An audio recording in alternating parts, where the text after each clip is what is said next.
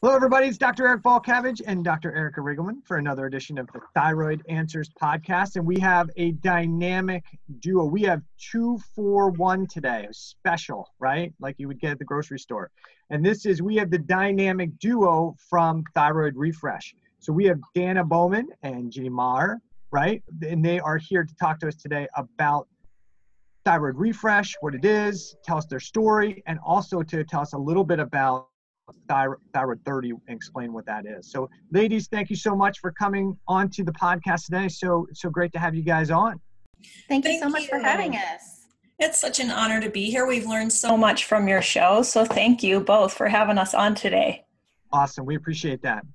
That was not even a paid endorsement, right?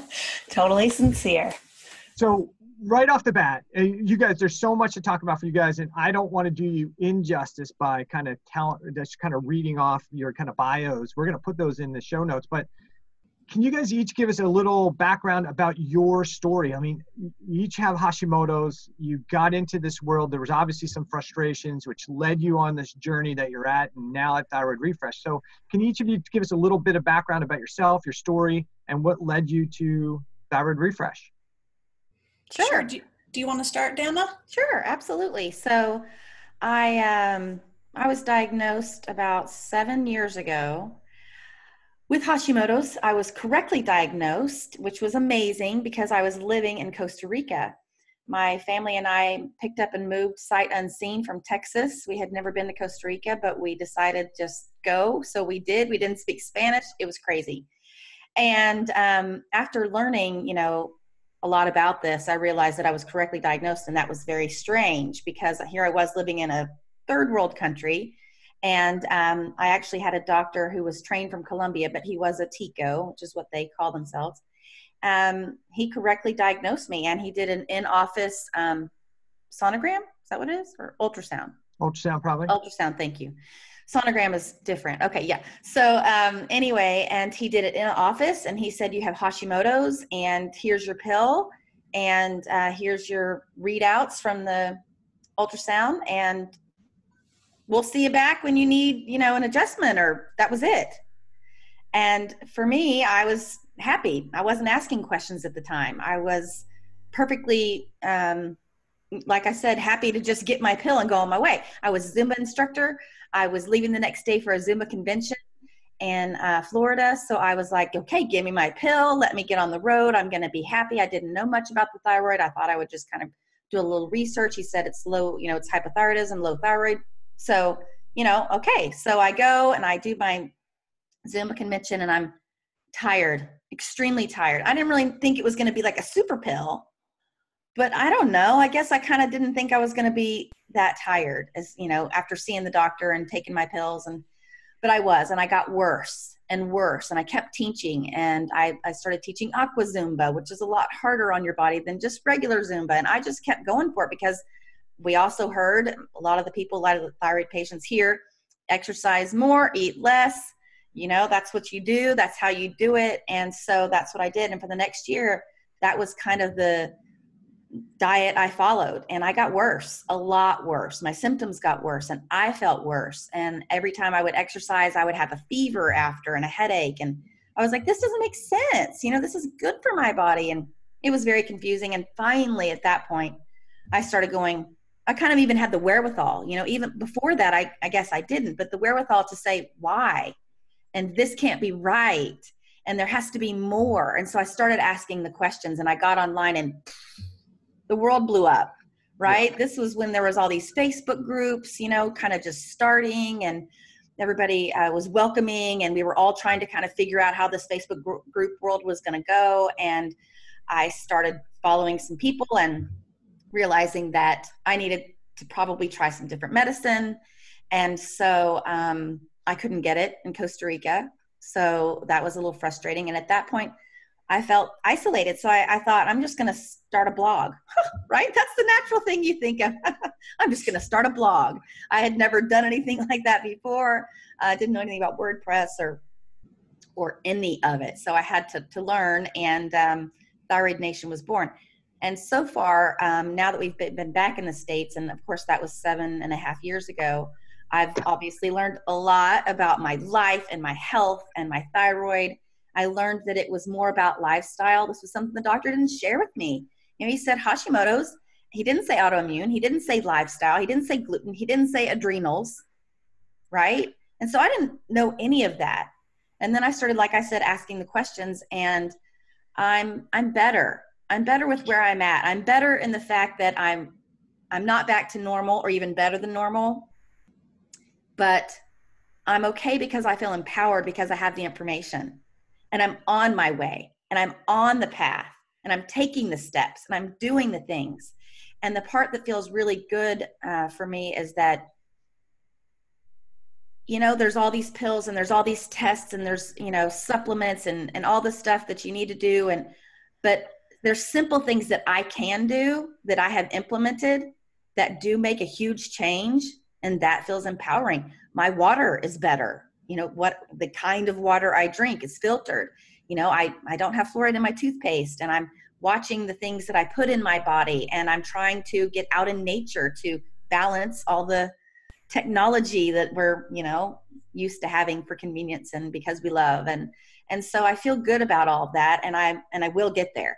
I'm not quite there, but I will get there. And so that's pretty much my story. I'm taking Nature Thyroid. I definitely have adrenal issues. I cannot teach Zumba at the moment. I can't even take a full-on class, but I'm getting there, and I'm doing other things that make me happy. I'll do a 20-minute little Zumba routine for myself. And, so I'm getting there, and I'm on the way, I'm on my path, and I'm happy with that. So let me ask you a quick question before we jump on to Ginny and get her story. How long were you struggling with hypothyroid symptoms before, or whatever the health issue was that drove you to the doctor to get the ultrasound? How long were you having those symptoms before you actually got diagnosed that, hey, something's wrong? That's kind of a loaded question, because I really feel like my whole life, since my teens, I suffered probably with adrenal issues, not full on adrenal fatigue, as the doctors want to call or whatever, but extreme adrenal issues and probably thyroid symptoms. And then all the things that you do in your life just kind of built up. And the basic symptoms that made me go to the doctor lasted about 7 or 8 months. I had a low-grade fever, which is kind of strange, a really low-grade fever every single day for at least 3 months, which was weird. And my energy was so low, and I couldn't think. And my belly was distended, kind of, it was sticking out. I had inflammation. I just, I was not well. And so I'd say the serious symptoms that made me go to the doctor about 7 months, but my whole life, I pretty much suffered with things here and there. And looking back, I can now kind of all attribute it to my adrenals and my hormones and my thyroid. I think there's two really important factors that play into, your story is that people should take home is that, one, you've been having issues for so long that you're not going to turn this around overnight. And that your story kind of goes to show that is that, you've been working on all these things, and it's not like all of a sudden with a snap of a finger, you were better. I think that's the hardest thing in our society is that we want it now. We don't want to wait. We don't want to put in the work. And I think that's your patience is a big part of that. And that your listeners, our listeners should take that and understand that this stuff is a process, that it's not an overnight thing. You're not going to make a few changes in your lifestyle and then all of a sudden wake up tomorrow and feel amazing. And that there are a lot of things that you can do on your own.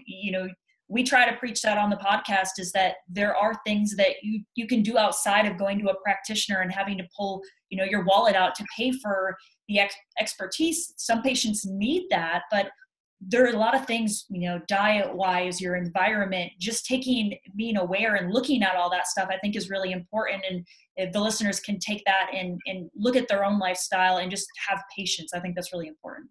And you're right. And what's so crazy for me is that there are so many things we can do with the push of a button that you can understand why thyroid patients are like, well, I can do this by pushing a button, and I can, launch a rocket into space and do all these amazing things.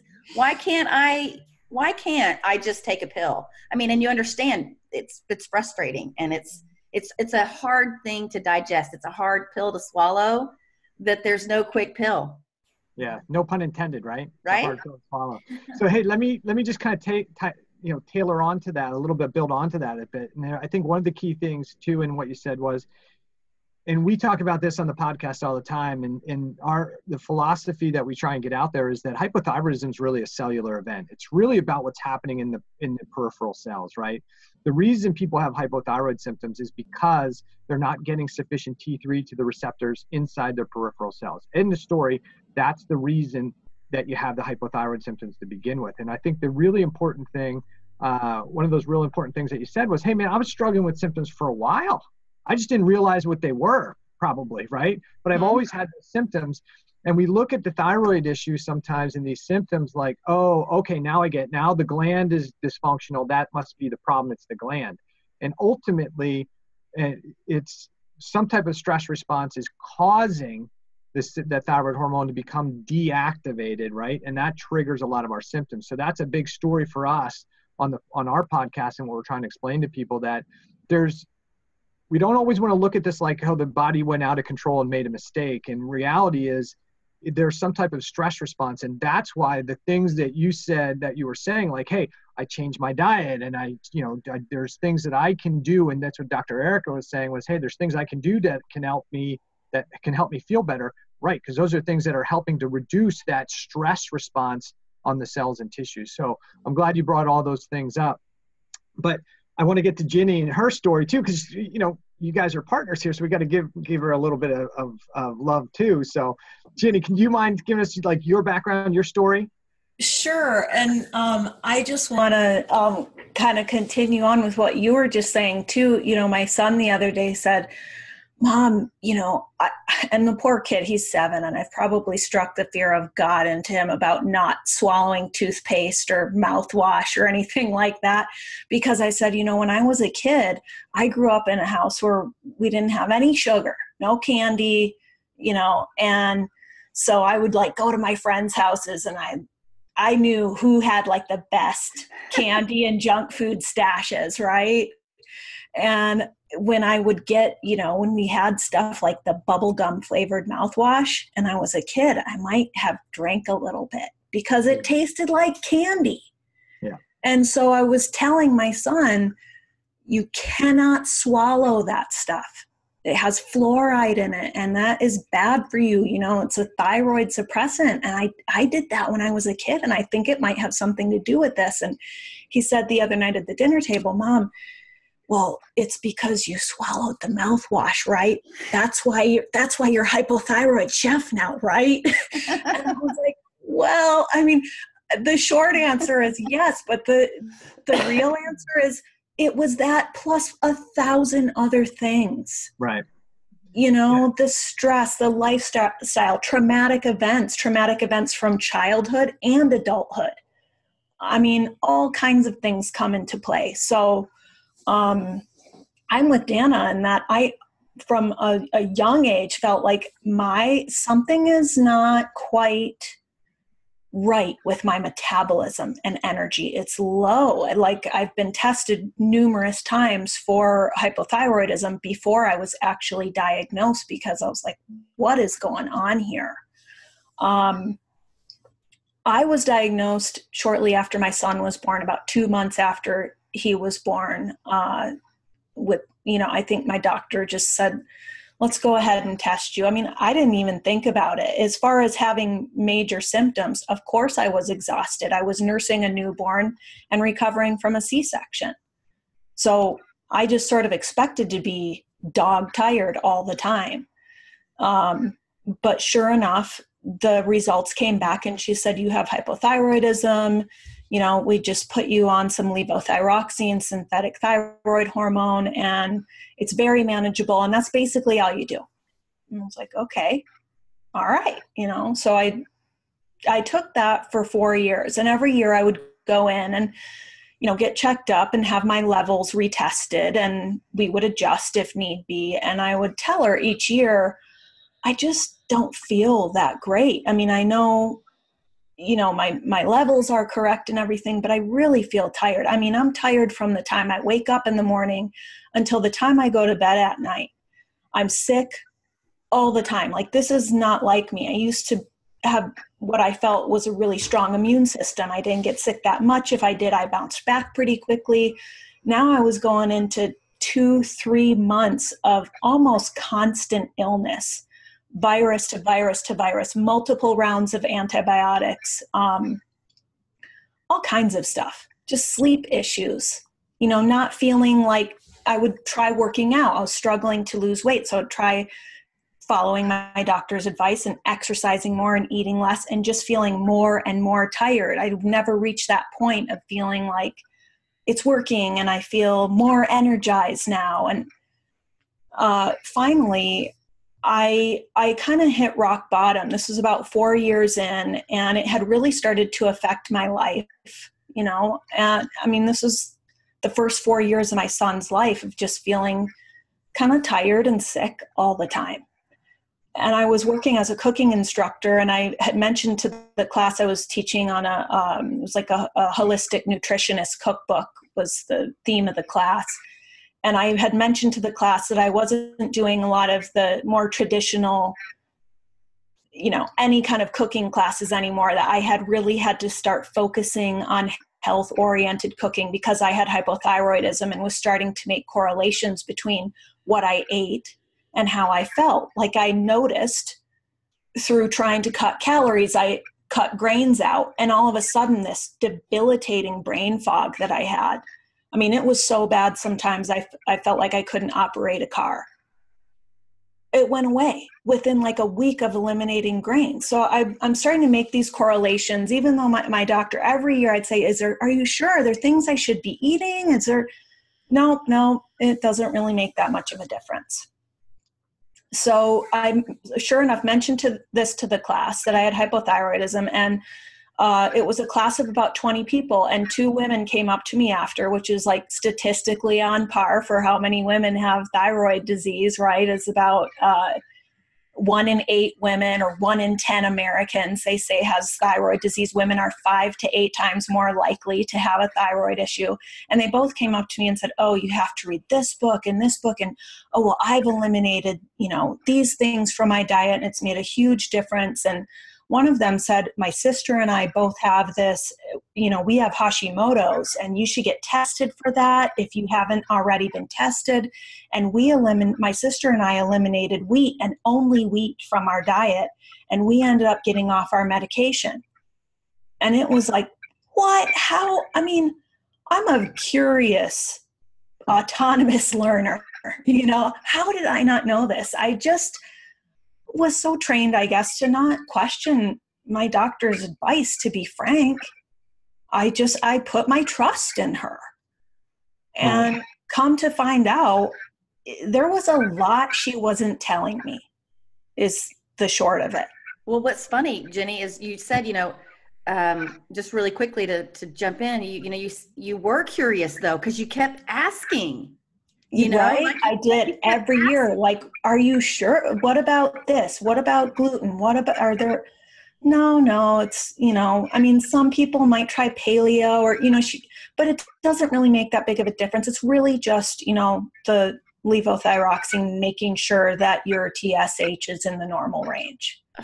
So I think there's a couple really key points there. And one of those is that, and it's important for the listeners to know too, so that they understand that in the allopathic model, when you're going to a medical doctor, whether it's your general practitioner or your endocrinologist, they've been trained a specific way. They got little or no nutrition understanding. They got little or no nutrition education. They were taught that TSH is the gold standard for determining whether thyroid physiology is functional or not. If it's high, then your patient's hypothyroid. If it's low, then they're hyperthyroided. And it doesn't matter what the cause is, because the treatment is either, if they're hypothyroidism, they have hypothyroidism, then you give them enough thyroid hormone medication to normalize TSH. If they're hyperthyroid, they have autoimmunity, and you're going to irradiate or destroy the gland and then put them on thyroid medication.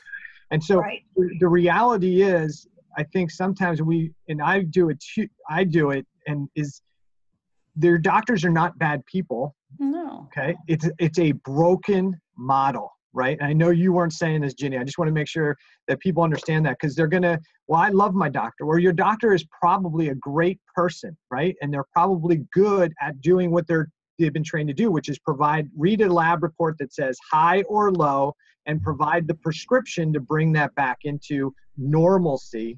But normalization of TSH does not mean that we have normalization of thyroid physiology in the body. And that's been shown over and over again. So that's a really, really key point, is that you can't expect sometimes as the patient to go back to somebody and say, hey, I know this is all you know and all you learned, but can you give me a different one, right? Give me a different situation, because if it's not your reality, you can't give a different situation, right? So, and she wasn't a bad doctor. I stand by that. She was not a bad doctor. She did her job well. She was thorough. She did listen to me. You know, my story is not unique. It's the standard of care in allopathic medicine. And yeah, I think it was really, ultimately it served me in learning that and having that kind of big awakening that, you know, there are limitations to that model. Yeah. You know, the allopathic medicine treats people based on using the means of radiation, surgery, and pharmaceuticals. And those are life-saving, incredibly important technologies that we should all be so grateful to have. But what about nutrition? What about lifestyle? What about all these other things? What about underlying factors that sometimes get overlooked in that model, you know? And I think it's just important that we take some responsibility for our health, and that healthcare should be collaborative, and the main collaborator in that should be ourselves. Right. Absolutely. And I think that's what the key point is. And I don't want you to think I was putting you on the spot. I think what you're really pointing out is that it's the model, right? It's the allopathic model is the problem. It's not your individual doctors. And the issue with that is because what both of you saw and what we see in practice is somebody gets frustrated with the model, with their doctor, thinking it's their doctor. So they go to the next doctor who's in the same model, and they have the same frustrations. And then they schedule for the endocrinologist who's supposed to be the expert, and they go get the same test done and get the same prescriptions, and they get frustrated that none of these doctors are good. They're all probably really good doctors at prescribing the medication. The problem is the model's broken. The model doesn't work. And so we have to make sure that people understand that, because you can't expect the medical model, which really relies on drugs and surgery to fix things, which we need in acute situations, to fix a functional problem. That's where functional medicine, diet, lifestyle, nutrition comes into play. That's not really part of the allopathic treatment model. The allopathic treatment model is really based on drugs and medication, which is, I'm sure, the biggest frustration both of you guys had was, hey, I'm going to these people I like. They're good doctors. Everybody has high respect for them, but I'm not getting better. There's got to be something wrong. It's the model. It's the model, right? And to take that just a step further, it's the model and the system.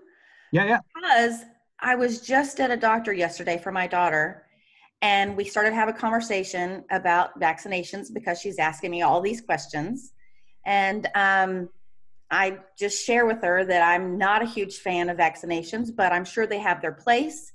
But what I really don't like is the fact that my son got 4 and 5 at a time. And there hasn't really been studies on that done, or that we know of, big, studies or whatever, and how that could have affected him. So I was like, for me, sure, okay, vaccinations, whatever, but what about the 4 and the 5 that he had to do? And it was for, convenience, for us and she said, well, that's how our billing is set up.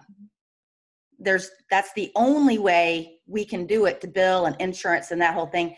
We have to get the 4 and the 5 shots at a time in order to bill. Otherwise, we wouldn't get paid back and all that. And I was like, I knew that, but just the way she said it, I was like, bingo. not only is the model broken, but the system and how the model and the system work together completely broken. So she was like, so I can't really even, we can't even think outside the box. Right. Because then we won't be in business. I think the same thing happens with thyroid patients is, you go to your doctor and you're saying, hey, I want these other labs. And, one, they're being constricted by what the insurance company will allow too. So, it's not that they're not, there's the fact that they're not trained in the functional side of it, but there's also the fact that they're being at the chokehold of what the insurance companies will allow. A lot of them won't allow you to run a full thyroid panel, let alone antibodies and all these things so that you can fully get evaluated. Yeah, I think the real issue is, and I think Ginny, I think you were the one who was saying it. Hey, we've got to be the advocate. But we need to be in charge. And I think the biggest issue is we've allowed the insurance companies to become in charge. And one of the biggest challenges is something that our government tried to help us out with, which is the Affordable Health Care Act, and saying, hey, insurance companies, you have to pay out 80% of your clients' claims. You can only keep 20% as profit.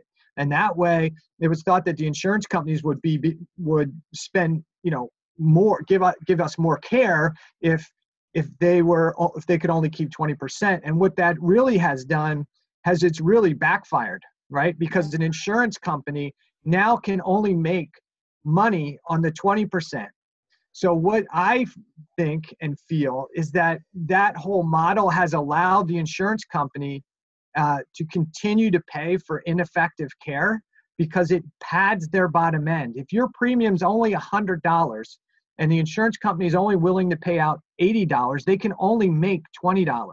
So how's the insurance company going to make more money? Well, and this is, I know it's going to sound not right, but if we keep people sick and we pay out more money in claims, then we can make more. So as long as I'm the insurance company, as long as I'm willing to pay out $800, I can charge you $1,000 for your premium and I can make $200. But that's the only way I can make more money. I can't make more money if I pay out less. The only way I make more money is to pay out more. So how do I pay out more? I reinforce the fact that it's more profitable to have sick people. If I'm an insurance company and I'm willing to pay out $8,000, I can charge you $10,000 for your premium this year, and I can make $2,000. So the model, in an effort to try and contain costs, really backfired, and now you have insurance companies allowing ineffective care. It wasn't happening before, but now we have even more ineffective care, not just in thyroid physiology, but in almost every aspect of the acute care healthcare system, because it's profitable. It's more profitable to keep people sick because then they go to more doctor's visits, they require more meds, we can pay more money out, and we can profit. So it's a disaster, is what the system is. It makes my tummy churn. It makes me upset. Just even though I know it, just hearing you say it makes me go, wow, I don't like this. Right. So and it feels that way in the seat of the patient. It feels that way. It feels like sick care, and I think, Erica, you brought up doing a full thyroid panel. I was never tested for Hashimoto's in 4 years. And so when this light bulb went off and my cooking class students started, and I started researching and ordering books and reading. And oh my gosh, I can't believe I didn't know about all this. One of the first things I did was request a full thyroid panel. And when the results came back a week later, the doctor's nurse called me and said, yes, your antibodies are elevated. And I said, so I have Hashimoto's then? And she said, yes, the doctor expected that. Well, that's because, the statistics are kind of all over the place, but upwards of 90% of hypothyroid patients in the U.S. in fact have Hashimoto's, which is autoimmune hypothyroidism. Now, she didn't test me for it or educate me on it because it wouldn't have changed her treatment protocol, which is levothyroxine. But it sure would have changed mine. And it does feel like harm was done to me in those 4 years of being kept in the dark about that and not even knowing that my body was silently attacking my thyroid gland and that there were things I could do about it to lower those antibodies, which I have since done. And the first thing I did after I got those test results, I had to go pick up my son from preschool, and I got in the car and I screamed at the top of my lungs. I mean, 4 years of just fatigue every day. You know, I can never get that time back. Yeah. There is anger. Yeah. This is why we are on fire with this. This is why we want to help and empower other patients. But the next thing I did was I called this, here I live in Missoula, Montana, and we don't have a lot of functional MDs here that, you know, were highly recommended. And so my number one, you know, resource was a naturopath, and it absolutely was the beginning of the healing process for me. Yeah. I mean, within 6 months, I had restored my energy. Right. Totally different model, though. And so totally different model. Yeah. So from your medical doctor standpoint, the doctors that do know that, you know, the vast majority of hypothyroid cases are autoimmune, it doesn't matter to do thyroid damage. The people, it doesn't matter in that model, because at the end of the day, the thought process is the gland's under attack. We don't know why. There's nothing we can do about it. It's going to be destroyed anyway. So the ultimate solution is thyroid hormone. Just like, you know, you're pre-diabetic. We don't know why. You eat too much, maybe don't exercise enough, and you're going to need insulin. So we're just going to manage it or watch it until it becomes diabetic. Or you have arthritis. People get it. We don't know why, but you know, ultimately we'll give you cortisone and Synvis, and we're going to give you a joint replacement. That's the end game. And the problem with that system, right, Dana, is that the idea is that your body just breaks down and it's just inevitable. And it's not the fact that, hey, diet, lifestyle, the stressors of life are what accelerate the rate of decline, right? We say, people will tell you, well, as you get older, you just degenerate. Well, if that was the case, then every 70 and 80-year-old should have cardiovascular disease, high blood pressure, systemic arthritis, hypothyroid. Every person at that age should have it. And we see people in their 70s, 80s, and 90s who are really, really healthy. No arthritis, no cardiovascular disease, no blood pressure problems, no thyroid issues. And yet we see people in their 40s and 30s and now even into their 20s struggling with chronic degenerative conditions that have nothing to do with age. So it's the model, the medical model and the system are dysfunctional. They are great for acute care. I need emergency care, but they are awful at helping people get healthy and maintain health. And matter of fact, they are a prime reason, unfortunately, that people get sick and get sicker with time, is because you can't drug yourself healthy, right? Right. So I could go on for days, and I think you guys both know that, and Erica definitely knows that. But I want to know, so you're doing Thyroid Nation, Dana. Ginny's the hypothyroid chef. What gets you guys together, and where did Thyroid Refresh come out of all of this?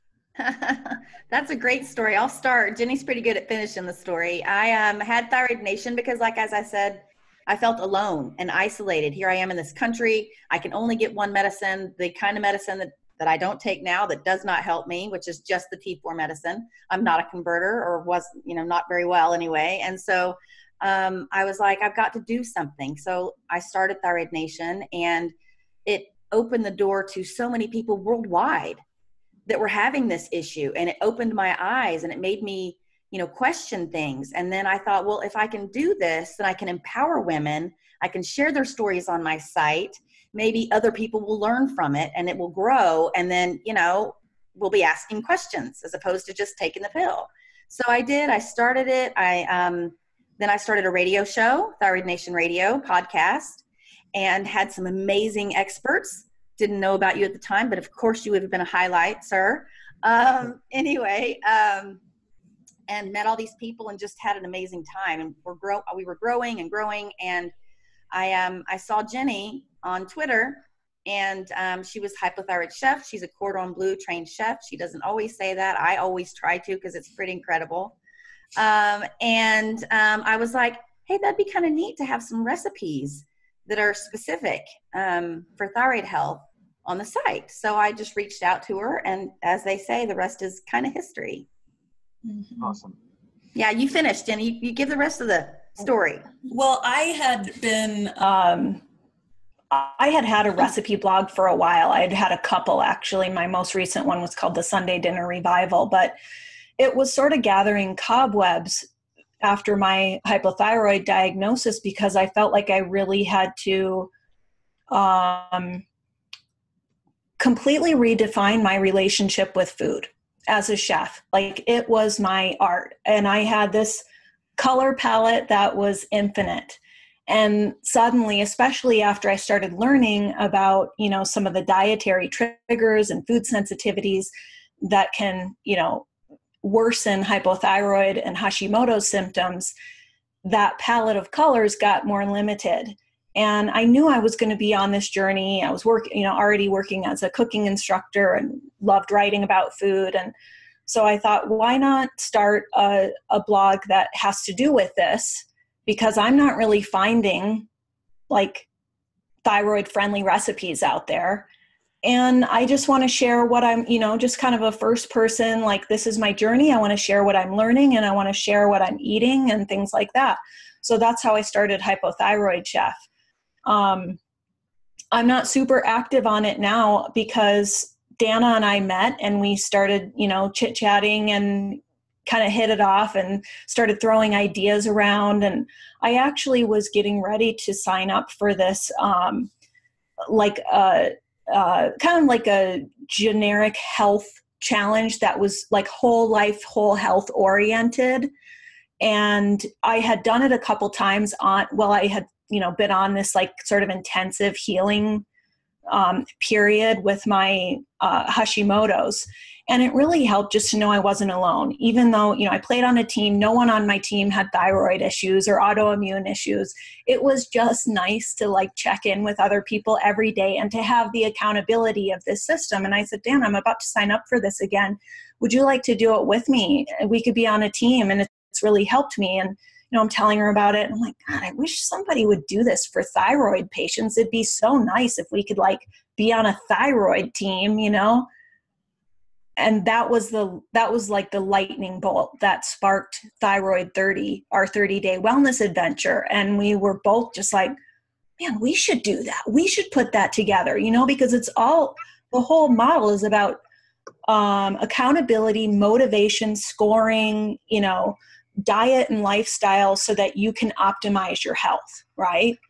And so we haven't looked back ever since then. That was about 2 years ago. And just about 1 year ago, I'm not sure when this show will air, but March 20th of 2018, we launched Thyroid Refresh, which is our online home.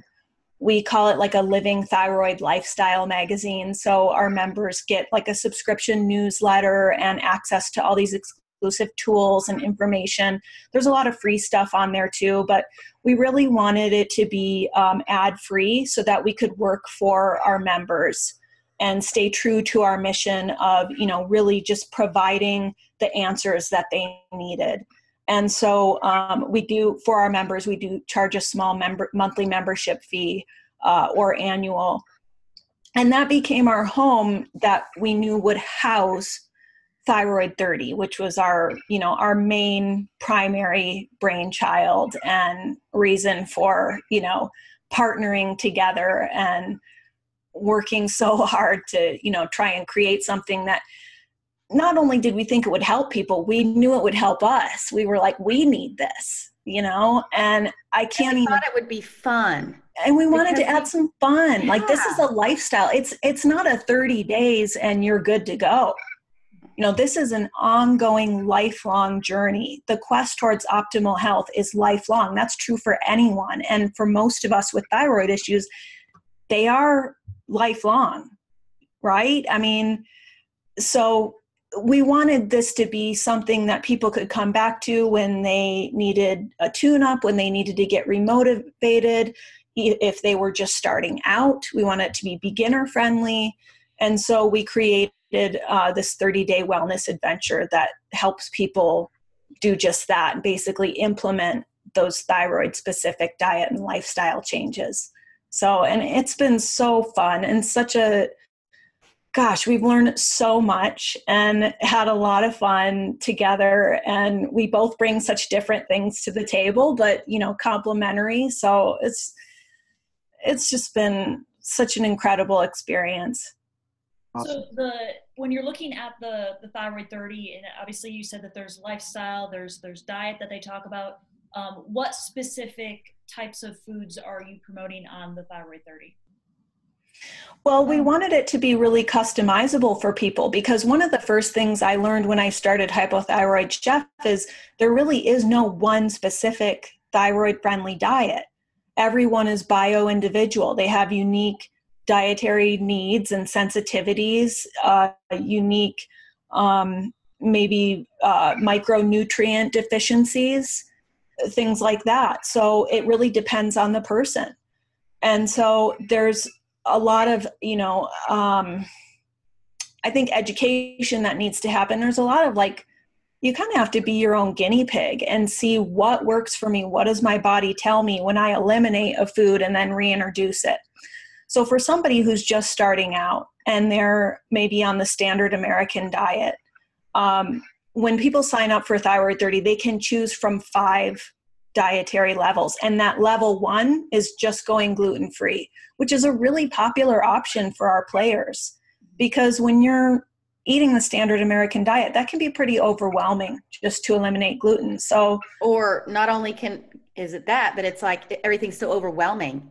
It's like just a good place to start, because you could, learn, you could take all these tests, or you could do this, or you could do that. And maybe dairy is an issue, or, so it's like, just to make it simple, if you want to do just one thing, you can start there and just eliminate gluten and see where that takes you. Or there's there's other levels that we have. And then number 5 is customizable. So you can put in, I want to be sugar-free. I want to try to be sugar-free for the next 30 days, or I want to be sugar-free and dairy-free, or you can customize exactly what you want.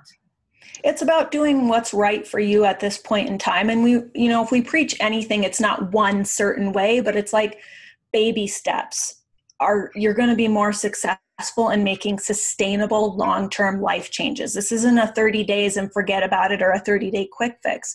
This is about making ongoing diet and lifestyle changes. So yeah, you can choose from gluten-free, what we call almost paleo, which I think you can have some gluten-free grains and beans, but other than that, it's paleo. Then, of course, there's paleo. Level 4 is the autoimmune protocol, which is more of a intensive elimination diet that helps you identify more food sensitivities. And then, as Dana mentioned, level 5 is custom. Say you're working with a nutritionist or a functional MD who has some specific recommendations for you. Or you're just further along the path. And I know these are kind of my bio-individual needs. You can enter your custom foods to avoid list. So yeah. So if somebody goes to the site and they put in that, then they'll get some recipes that kind of fit that path, that level. Is that what they're going to get from that when they put that in? Yes. Yeah. I mean, we have every player has access to our entire Thyroid Refresh library of content, which has a whole recipe library that is continually growing. And all of those recipes are categorized based on those dietary levels, so you can find what works for you. And at the top of every one of the recipes, we put what the level is, the dietary compliance. We put, this is dairy-free or gluten-free, or we put it at the top so that ahead of time when you're looking at an individual recipe, maybe you really just want to make the brownies. And so you want to know where that falls. So we put that at the top to make it convenient for everybody. No, I think and then in addition to that, they get meal plans. They get a sample 5-day meal plan with a shopping list and all of that, I think those right now, they go up through paleo. But, as time goes by, we'll just have more and more meal plans that we can offer. So, yeah. So what are the other, so the dietary stuff is great. And I think it's a great resource for my patients to send them to, because it's one of the biggest things is people are like, I don't know what to eat, or this is boring. The reality is everybody eats about the same 10 foods for breakfast, lunch, and dinner, no matter what diet they're on. They still eat the same 10 foods. So, but what are the other key principles of Thyroid 30? So diet's one of those big key principles. What are the other key principles within the Thyroid 30 program? Lifestyle's huge. mindset, self-care. So we follow the 8 daily rituals.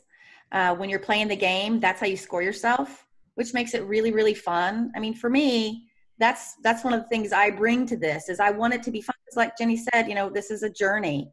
Of course you can, put your symptoms in remission and all the things, you can feel better and but you're always going to be thinking about it. It's always going to be in the back of your mind. So we want it to be fun. And you can play on a team, which makes it fun. But you also, how you score is kind of sets you up for success because it does follow the different patterns like Jenny was talking about and like you're asking. So number 1 is remember. So that's the first R. Did you remember to take your pill, your whatever it is, or your supplement? If some people who, like my husband, doesn't have thyroid disease, and so he had a vitamin, so he just said, yeah, I took my vitamin today and I got my point, right? So there's 8 R's that we follow, and one of them is reactivate. And it's based on your movement. What kind of movement works for you? You decide, you listen to your body, you get a point for that.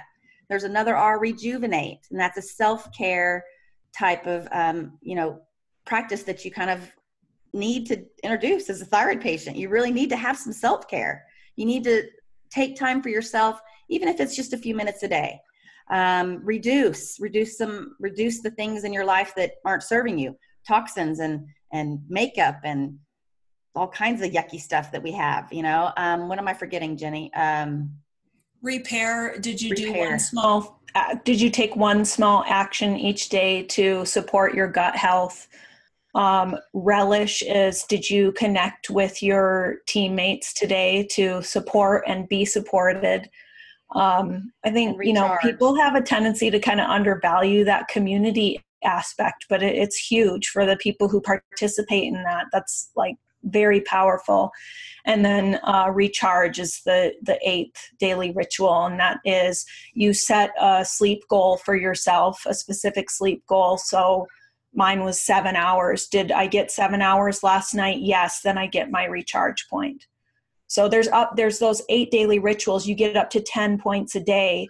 So every ritual is 1 point except for refuel. That's your what you eat and drink. So there's up to 3 daily points for refuel. And that gives you some wiggle room. So it's not like, oh, I had one little slip up and the day is blown, I don't get my point. So, forget about it. No, we give you some wiggle room. And then as people play, based on their participation and performance, they'll get little rewards, badges, bonuses, and things. So that, say you had 10 perfect dietary days, basically, you ate according to your chosen guidelines, like you were specific and stuck to those for 10 days, then you'll get like a treat bonus so that you can have a little bit of wiggle room, things like that. So all of that is integrated. This isn't just like an email course. It's actually a web app that is accessed through our site that has, the automated, it's, in the technology world, it's called gamification, but we also, it's gamified. I think we told you, Dr. Eric, we didn't tell you, we really felt strongly about wanting to make it so that anybody working on any protocol or with any doctor could use this platform. So if they're working with you, they're working with Dr. Eric, it doesn't matter, because you'll have a plan that you set for one of your patients and they can take that plan and plug it into Thyroid 30 and make it work for them. You could also have your own team, a private team. So if you had players and you had a special program going that you wanted to do for 30 days, you could have your own private team. So we really felt like we didn't want to leave anybody out. Right. We didn't want to make it too specific in that it would leave somebody out. It didn't feel good being on some of those groups in different places when, if I wasn't exactly following it exactly the way they said, then I, got booted and, felt bad about myself. We wanted this to be empowering and uplifting and inspiring. So we really tried to make it inclusive for everybody.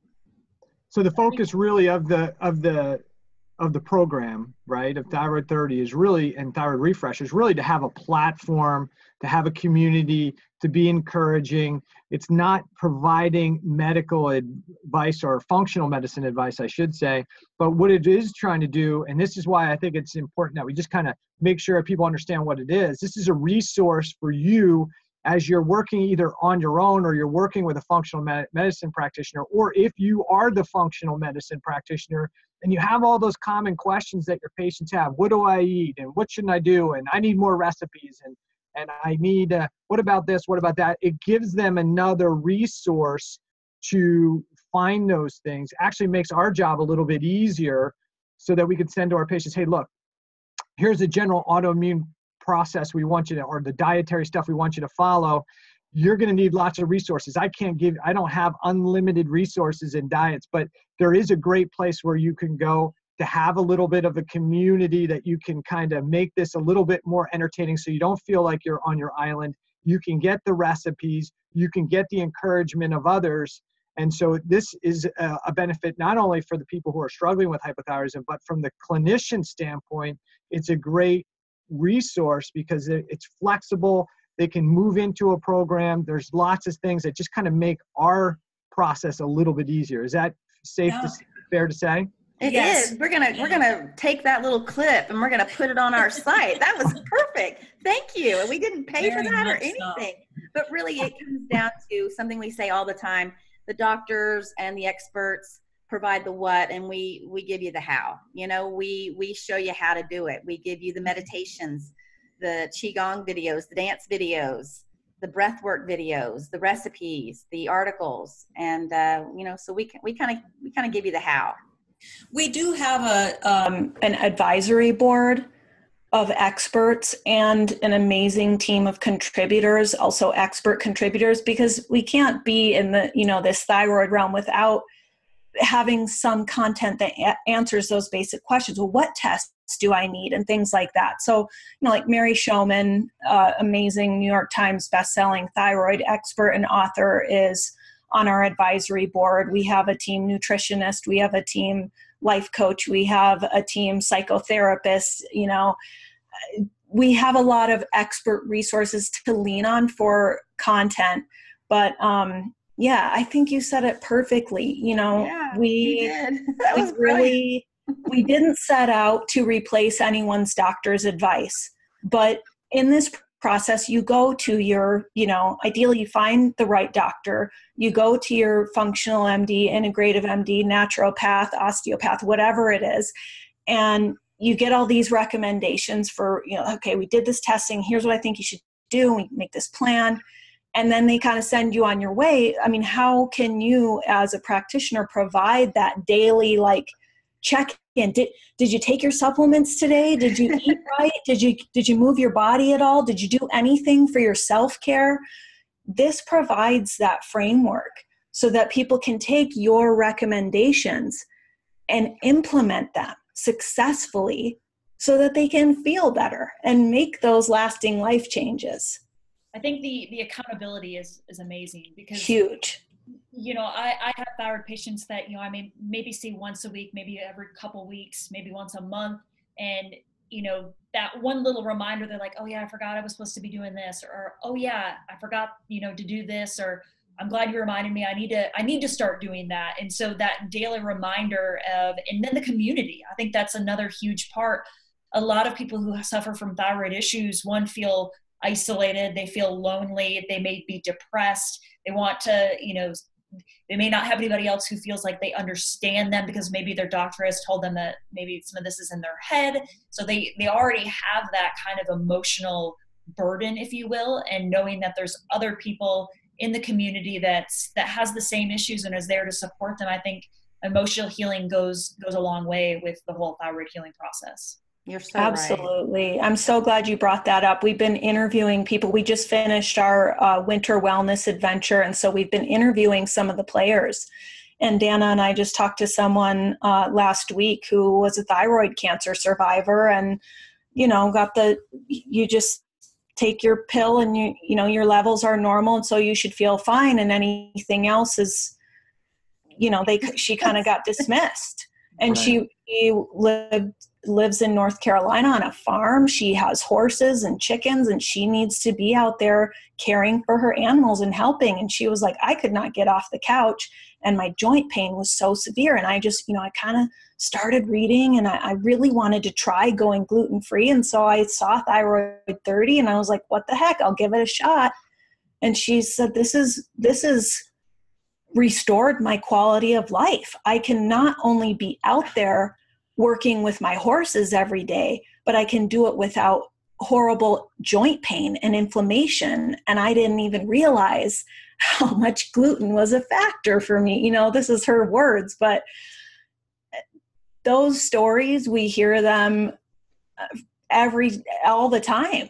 It's sure you guys do too, right? I mean, you hear those stories, and so to be able to provide a platform, a place where people can connect and have that accountability and support and feel empowered. That's really what we wanted to do. That's what we set out to do. We certainly aren't you guys, and we can't be and don't want to be. We just want to kind of hold their hand and give them a little love every day.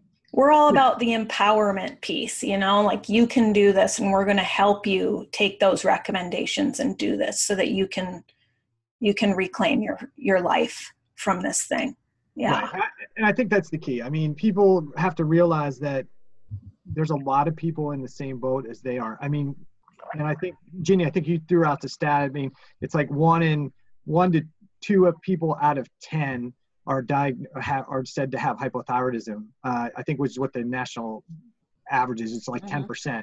I think that is that number is not even close to the amount of people who are struggling with hypothyroid problems, because what we're doing, unfortunately, is we're using that TSH as the indicator, and TSH is not a valid marker of thyroid physiology. It's a cellular event first, which isn't picked up by TSH. Almost every one of the people who has chronic health issues has chronic inflammation, and we all know that chronic inflammation suppresses TSH, so it's no longer a valid marker. So I think that when you start talking to actual people about how they feel and function, you quickly realize that it's probably closer to 40% of closer to 40% of the female population is struggling with chronic hypothyroid symptoms. They may not be diagnosed yet because the gland hasn't shut down yet. But Erica, do you think that's probably closer to reality when what you see as well?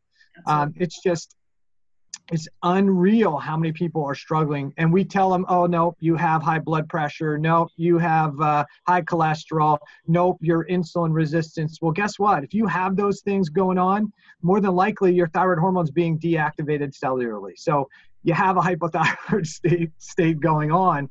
So I think those numbers are woefully low. So there are a ton of people out there that need help. They need to understand they're not on an island. They need help from us, but they also need a community where they can go to get some of the resources, and that's going to encourage them that you can get healthy and you can get better, and that this isn't, you aren't your diagnosis. I think that's one of the most important things that I know I try and tell people. Listen, you might have hypothyroid symptoms. You can recover from this if you get the right coaching and put the right work into it.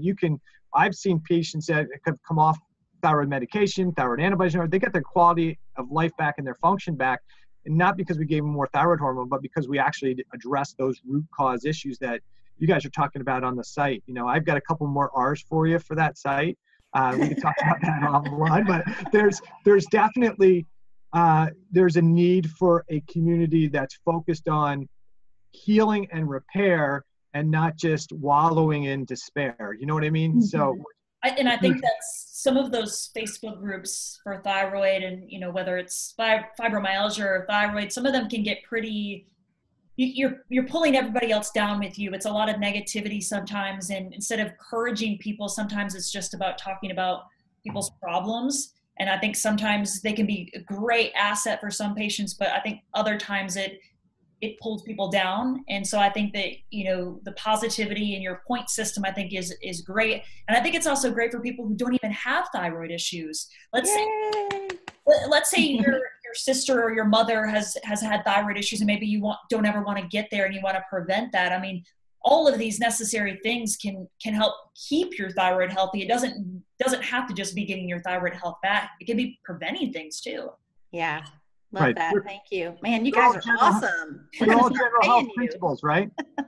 I mean, really what you're trying to do is just talk to people how to be healthier, right? And so the principles are the same whether you have a disease, are on your way to a disease, or don't have a disease. It's the same principles we talk about, like I call them fitness factors. You have your principles, but the ideas are the same, is that don't wait until you have disease and dysfunction and you feel lousy to start doing something. Because if you don't put the time in now to maintain your health, you're going to put the time in later to manage your sickness. And that's a total disaster in this country. So I know we're running short on time. One of the things I want to get from each one of you guys is like 3 tips that you would give our listeners in regard to if they've struggled with chronic hypothyroid symptoms. What would be the 3 tips maybe that each one of you guys would give them? Well, number one for me was something I was thinking about in the shower, getting ready for the show, is be forgiving with yourself. And say it. Because, you wake up and you look in the mirror, or you read things, or you hear what people are doing or other people are doing, and you compare yourself and your life. And there's just this overwhelming sense of, it's not a good thing, right? So I think if you are forgiving with yourself every day and be like, it's good. I'm trying, I'm thinking, I'm working, I'm doing, and I'm putting effort in, and I'm here, doing my best every day. Remind yourself, just be forgiving with yourself. For me, it kind of, I don't know, it made me feel better. It made me feel like it wasn't all doom and gloom, and there's a lot of doom and gloom when it comes to thyroid. And like you said, Erica, and the patients and the groups and things. So just be forgiving with yourself. If you can't do X, or if you can't be gluten-free today because you can't, well, you just can't. And don't beat yourself up. Just be forgiving with yourself. Yeah, Dana, I would say, to jump in there really quick, one of the person who we each talk to the most in any given day is ourselves. So I think what you're saying to yourself is really important. So here's your other R, is reframe, right? Yeah. Did you reframe your thoughts today? So what are you saying to yourself, and can you change that, reframe that thought process? Like, man, I ate gluten today and I feel terrible. Great. What did you learn from that today? What did you learn from that experience? It doesn't make me feel good. Great. Just reframe it, right? I don't like the way I look. Great. Reframe it. But I'm working towards getting healthier, and I'm wearing a pant size that's a little bit different than it was before. Or even though I didn't change, my weight's the same, I have more energy today. We have to work on reframing our thought process so much, because we can get caught up in those negative thoughts. So I didn't want to hijack your thought, but I thought— No, that's perfect. Thank you. So what are 2 other ones you might give?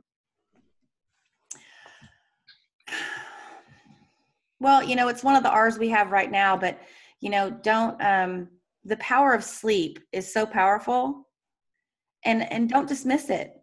It's really powerful. And not just sleep, like for me, 4 hours and then a nap, 7 hours consecutive in a row is what we're talking about. So do whatever you can to get the sleep, to get it, to make it work. Change your room, spend some money on your room if you have some money, or just put up a, curtain so that you have some blackout. Make it a priority. Really make it a priority. For me, it's helped me. And the last thing I would say is, we call it naturing, and so we're not calling it hiking or biking or cycling. We call it naturing in my family.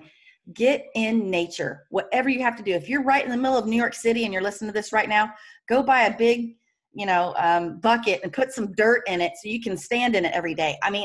Or go to Central Park, or, do something that is nature worthy, plant something, or I don't know, but I really feel like we are disconnected with nature. And for me, that's been powerful. So, reframing, sleep, and nature, for me, those are the big ones. Awesome. Ginny, what do you got? I would say for anybody who's been struggling for a long time with hypothyroid symptoms, and maybe this has just been said a million times, but I think it's so important, after going so long without realizing this myself, get a full thyroid panel and figure out if you have Hashimoto's. And, if not a full thyroid panel, then even a more extensive thyroid panel. And that leads me into number 2, which is find the right doctor, someone who will run those tests and do really thorough and comprehensive detective work to help you uncover any kind of underlying issues, infections, imbalances. There's all kinds of things that we might be missing that could be underlying that. And then when you have that information, just know that you can do this and you're worth it. I think it's a lot of it does come back to that mindset. And we hear from people who are afraid to ask questions of their doctors. They're afraid to inconvenience their families. They're afraid just that they're not going to have the willpower to make the changes. But you do have the power. You do have the power, and there are tools out there to help you succeed. And give yourself those, because you're worth it. And I'm going to add a bonus on here. This is 3+, because you inspired me with something that you said. One of our mottos is it's about progress, not perfection. It's about every single day showing up and loving yourself enough to give your body the best care that it needs. It's not about aggression. I'm gonna eliminate these foods and I'm gonna force my body into being well. This is about tuning in and loving yourself enough to give your body what it needs. And when you choose to indulge, or when you fall off the wagon, head first into a plate of cookies or something, forgive yourself and know that it's okay. And don't let it stop you. When people in Thyroid 30 say, oh, it was Valentine's Day and I ate 4 C's candies, I say, I hope you enjoyed every single one. And tomorrow is a new day. Keep going. Indulgence is part of a lifelong, healthy, sustainable lifestyle. It doesn't mean you blew it. It's about continuing to make that progress. It's not about doing it perfectly. Well said. I think that's great. So I tell you what, I appreciate you guys coming on. I think it was great to have this conversation, because I think it opened my eyes, I'm sure Dr. Erica's eyes, a little bit to more about what Thyroid 30 is and Thyroid Refresh. And it's a great resource for us. It's a resource for our patients. It's a resource for other functional medicine practitioners. And so I think everything you guys said was right on par with what we think about when we're trying to help our patients. So I think it's a great resource. I thank you guys so much for coming on. I have all your contact information, and we'll put all that stuff in the show notes. And again, so much. We appreciate you guys coming on and sharing your story with us. Thank you so much for having us. We do. We really appreciate you getting that information out there, because, and you kind of say it differently and you reframe it in a way that I think needs to be said. Dr. Eric, you've got some great things to say, and we appreciate you for doing that and getting out there and spreading the message. And thanks again for having us. It was great. All right, so everybody, we're going to sign off. Dr. Erica, any final words? I just keep doing what you're doing. I think what you're doing, spreading the word about, educating people, I think is great. And I think that you guys are a great resource to everybody who has thyroid issues and anybody who's just looking to get healthy. Excellent. Thank you. So the website is Thyroid Refresh, right? And the program is Thyroid 30. You can hear Dana on Thyroid Nation podcast, right? Mm-hmm. And we appreciate you guys coming on. Anybody who's got any other questions, we'll put all their contact information so you can reach out to them through their contact information. So everybody, thank you so much for listening. Thank you guys for doing the show, and we'll see you in another week or so with another episode. All right. Thank you. Thanks so much. Bye. Take care, guys.